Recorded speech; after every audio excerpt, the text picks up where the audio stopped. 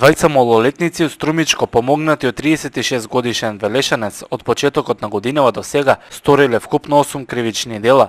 Велешката полиција ги привела момчињата со иницијали ГП на 17 години и НП на 15 години, кои се браќа за време на кражба во маркет Жито на 9 ноември.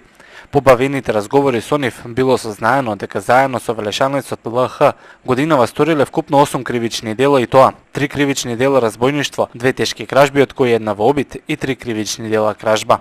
Кривичните дела разбојништво ги сториле на тој начин што лицето ЛХ од Велес и ГП во два наврата, односно на 18 јануари и 26 октомври, од аптека Цитофарм, лоцирана на улица Димитар Влахов во Велес, со сериозна закана со нож од вработената во двата наврата одзела вкупно 20.000 денари. На 8 ноември 2013 година во 21 часот и 15 минути лицето ГП во сендвичара Четворка, лоцирана на улица Кресненско во Станије Велес, исто така со сериозна закана со нож од вработената одзел вкупно 10.000 денари. Во аптеката Цитофарм во два наврати ЛХ и ГП со кршење на стаклото влегле внатре и одзеле околу 3.000 денари и други производи. Пред неколку дена пак во маркет Жито, лоциран на улицата Благој Ѓорев, браќата ГП и НП со подесен предмет ја отвориле влезната врата и додека пребарувале по касите биле фатени на лице место од полициски службеници. Покрај овие дела во изминатиот период ХЛ и ГП во три наврата од патнички автомобили паркирани на различни локации во градот одзеле акумулатори, при што причиниле материјална штета од околу 4.500 денари. По целосно документирање на сите овие настани против трите лица ќе биде поднесена кривична пријава поради основи за сомнение за сторени кривични дела разбојништво, тешка кражба и кражба.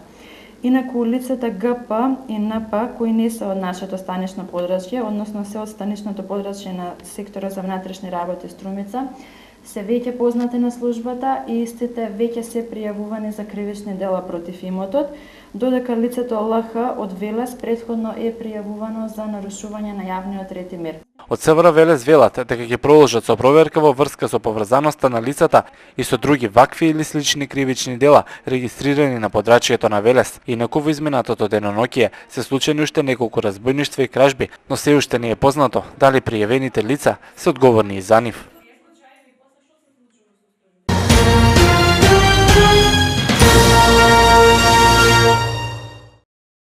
На утрешната 12-та седница Советот на општина Велес ке расправа во однос на последниот ребаланс на буџетот за 2013 година. Во изминатиот период, советничкото мнозинство скрати средства во речиси сите програми за работата за оваа година. Ваквите измени на програмите ја отвараат потребата и за измени и дополнување на буџетот. Согласно измените и дополнувањата на програмите за работа на општина Велес за 2013 година, донесени на седница на Советот на општина Велес, се јави и потребата од измени и дополнување на буџетот на општина Велес за 2013 година, како логичка последица на измените на програмите. Ваквата измена на буџетот представува редовна пракса во која што се ревидираат и усогласуваат буџетските приходи и расходи. Пред известен период Колев изјави дека реализацијата на буџетот за оваа година е помала од очекуваното. Причините за тоа пак и тој градоначалникот Чадиев ги гледаат во слабиот прилив на средства, но и двајцата очекуваат поголеми приходи во последниот квартал од годината. Опозицијата пак досега неколку пати реагираше за кратењето на парите во програмите за работа. И ова е само дел од слабата реализација, а од популизам ни е доста и на нас и на граѓаните.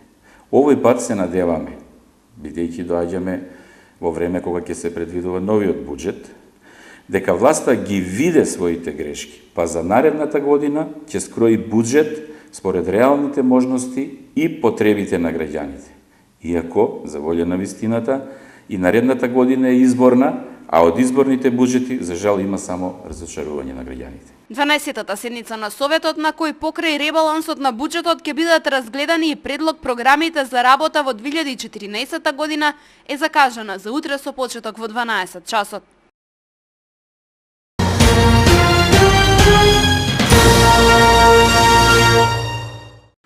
Основното училиште Васил Главинов е едно од училиштата каде наставата ја посетуваат и деца со повречености во развојот. За овие ученици потребни се одредени услови за тие да можат нормално да ја следат наставата.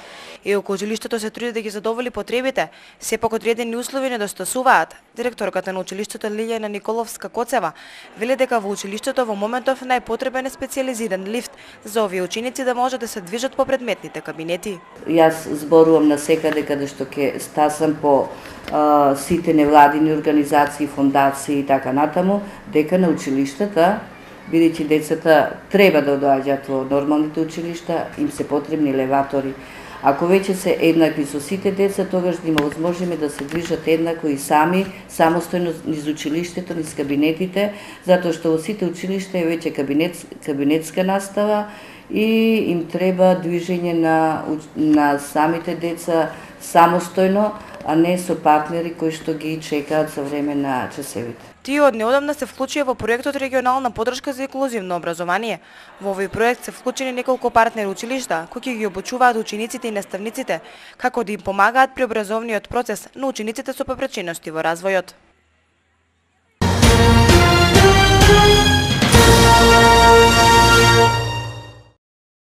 Професорот по англиски јазик Горан Јанков во следните 6 месеци ќе ја извршува функцијата ВД директор на Средното стручно општинско училиште Димитрија Чуповски.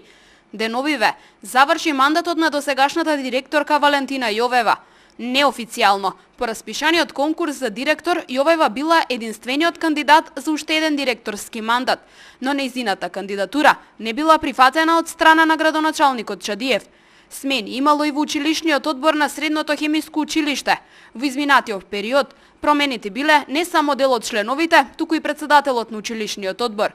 Јовева функцијата директор ја извршуваше во изминатите 4 години. До назначување нов директор, Јанков ќе врши функцијата ВД директор на училиштето.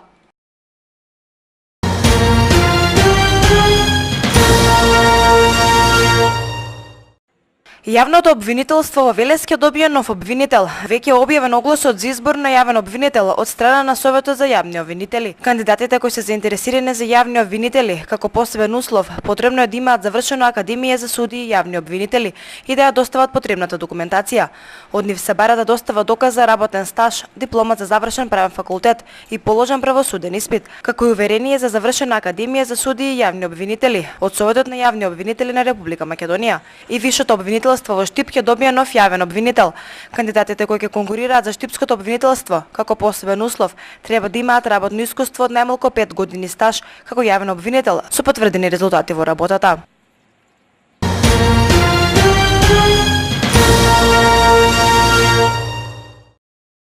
Од јануари идната година, со воведувањето на електронските здравствени картици, ќе се воведе електронски здравствен картон и електронски дневник.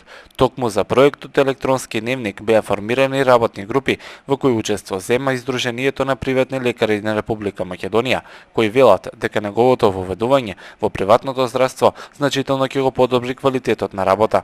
Медицинските сестри ќе имаат навистина олеснување и сето она кое што ќе го работи една амбуланта во текот на денот, само на крајот ќе има едно копче принт во кое што ќе се испринта дали амбулантата прегледала 50, 60 или 80 пациенти и кои услуги ги дала. Така да сметам ќе имаме повеќе време за нашите пациенти, повеќе време да ги едуцираме како да се хранат, како да живеат, како да не почитуваат во однос на сите тие правила кои што им ги кажуваме, да имаме време да им посветиме малку повеќе на нашите пациенти. Со воведувањето на електронските картици, картони и дневник, повеќе нема да се води тројна евиденција и да се губи време на администрација, туку целата евиденција ќе биде електронска. Досега пак се издадени 930.000 електронски картички, а во обработка се уште 300.000.